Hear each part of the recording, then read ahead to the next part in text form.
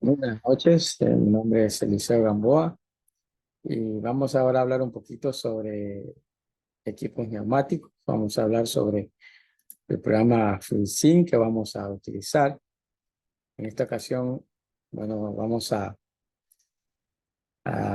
hablar un poquito sobre las prácticas que hemos hecho. El informe de cada práctica son 6 prácticas las que hemos realizado a lo largo de este ciclo.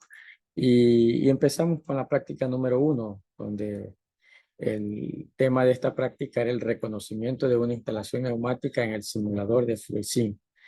¿Sí? Entonces, bueno, algunos aspectos importantes que pudimos destacar en esta práctica tienen que ver con los esquemas principales o los componentes principales de una instalación neumática. Como vemos aquí en esta, tenemos nuestro compresor neumático, tenemos también nuestro depósito, nuestro tanque, como le llaman algunos, y tenemos los elementos neumáticos como, por ejemplo, la protección, que es esta unidad de mantenimiento, ¿sí? Tenemos elementos de control, tenemos elementos de transporte, como son nuestras tuberías o nuestras mangueras, como que llamen en otro lugar. Y tenemos también nuestros elementos de trabajo, que pueden ser nuestros cilindros de doble efecto o de simple efecto, ¿no?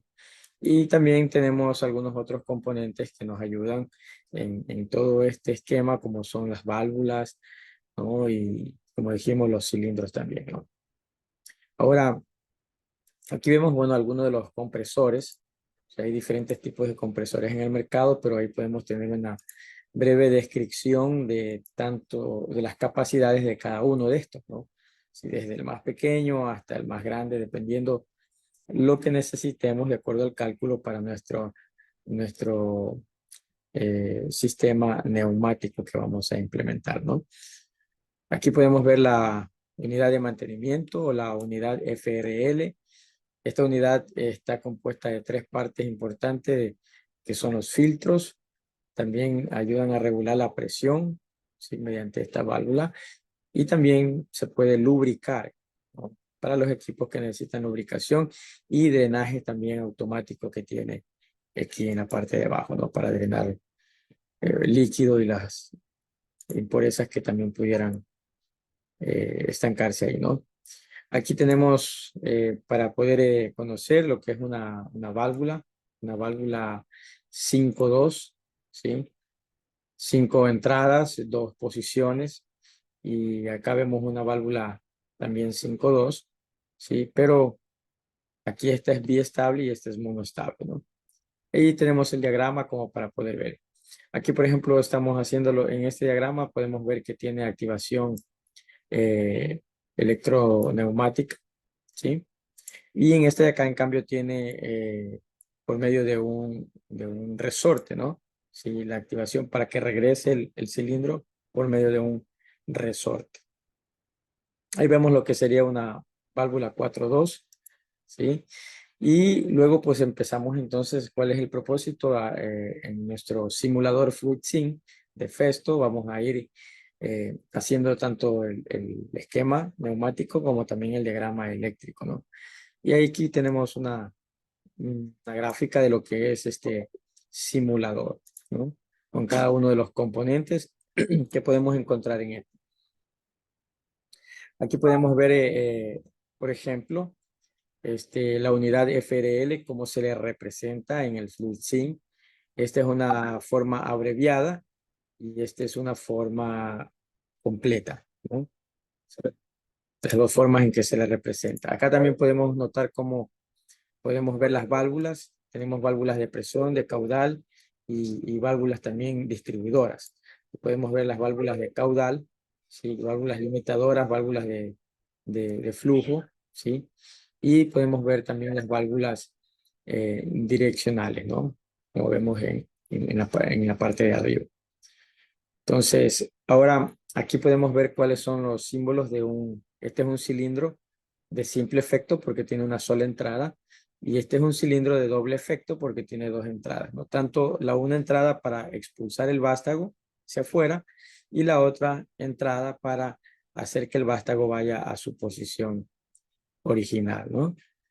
Aquí tenemos ya un pequeño diagrama, como ya vemos aquí, este es nuestro compresor, nuestra unidad de mantenimiento, nuestra válvula limitadora y nuestro cilindro de doble efecto, ¿no? Sí. Entonces vemos que en este caso está enviando el aire hacia esta entrada del cilindro para que el vástago se introduzca o vaya a su posición inicial. Aquí podemos ver ya no solamente el circuito neumático, sino también el circuito eléctrico, ¿sí? De tal manera que aquí vemos que está activado solamente la entrada de aire para que el vástago salga, ¿sí? Y luego, pues, pasando un tiempo, un temporizador en esta parte, entonces va a cerrar este circuito, abrirse el otro, y el vástago, en cambio, entrará el aire, cambiará la válvula de posición, entrará el aire por este lado del cilindro y volverá el vástago a su posición original. Este es un diagrama de una válvula eh, de cinco entradas, pero tres posiciones, ¿no? Puede ser una válvula 5-3, como se le conoce, ese es un diagrama. Y vemos que aquí está, pues, su activación es mediante accionamiento manual, como vemos aquí, y también por medio de un solenoide. Esta es una válvula 4-2, ¿sí? Que tiene un accionamiento neumático, ¿no? Accionamiento neumático.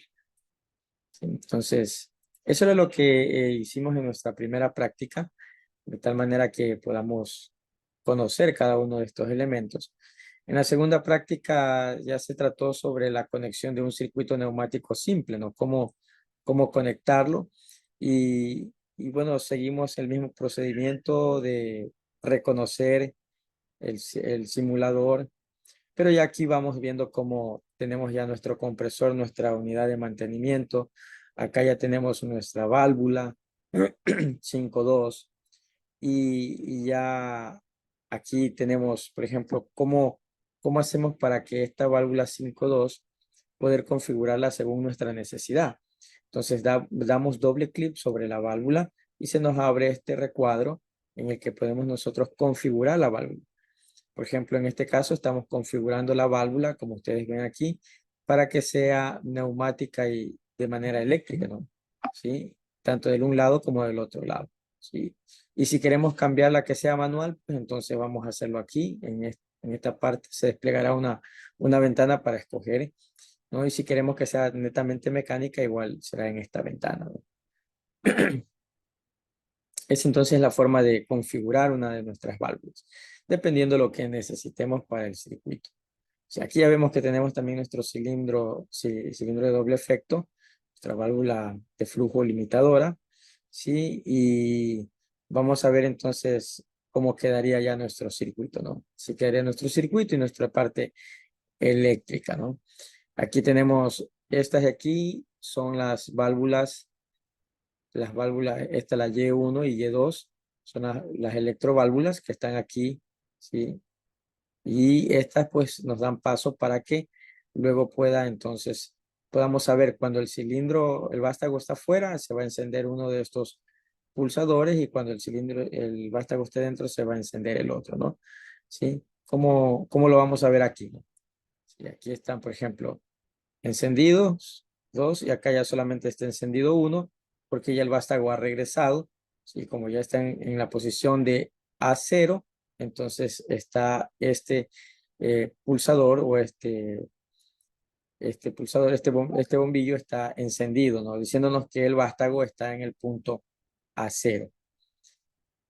Entonces, eso era lo que tenía que ver con nuestra práctica número 2. ¿Sí? Ahora en nuestra práctica número 3 hicimos un circuito eléctrico neumático para activación en cambio temporizada de un cilindro de doble efecto. Y bueno, ahí está representado nuestro diagrama este, de nuestro cilindro de doble efecto y ya todo lo que es el equipo neumático, el sistema neumático que vamos a utilizar, ¿sí? Para esto. Y podemos ver aquí, ¿no? Aquí ya lo tenemos más detallado. Se ha hecho nuestro diagrama, sí, tanto eléctrico como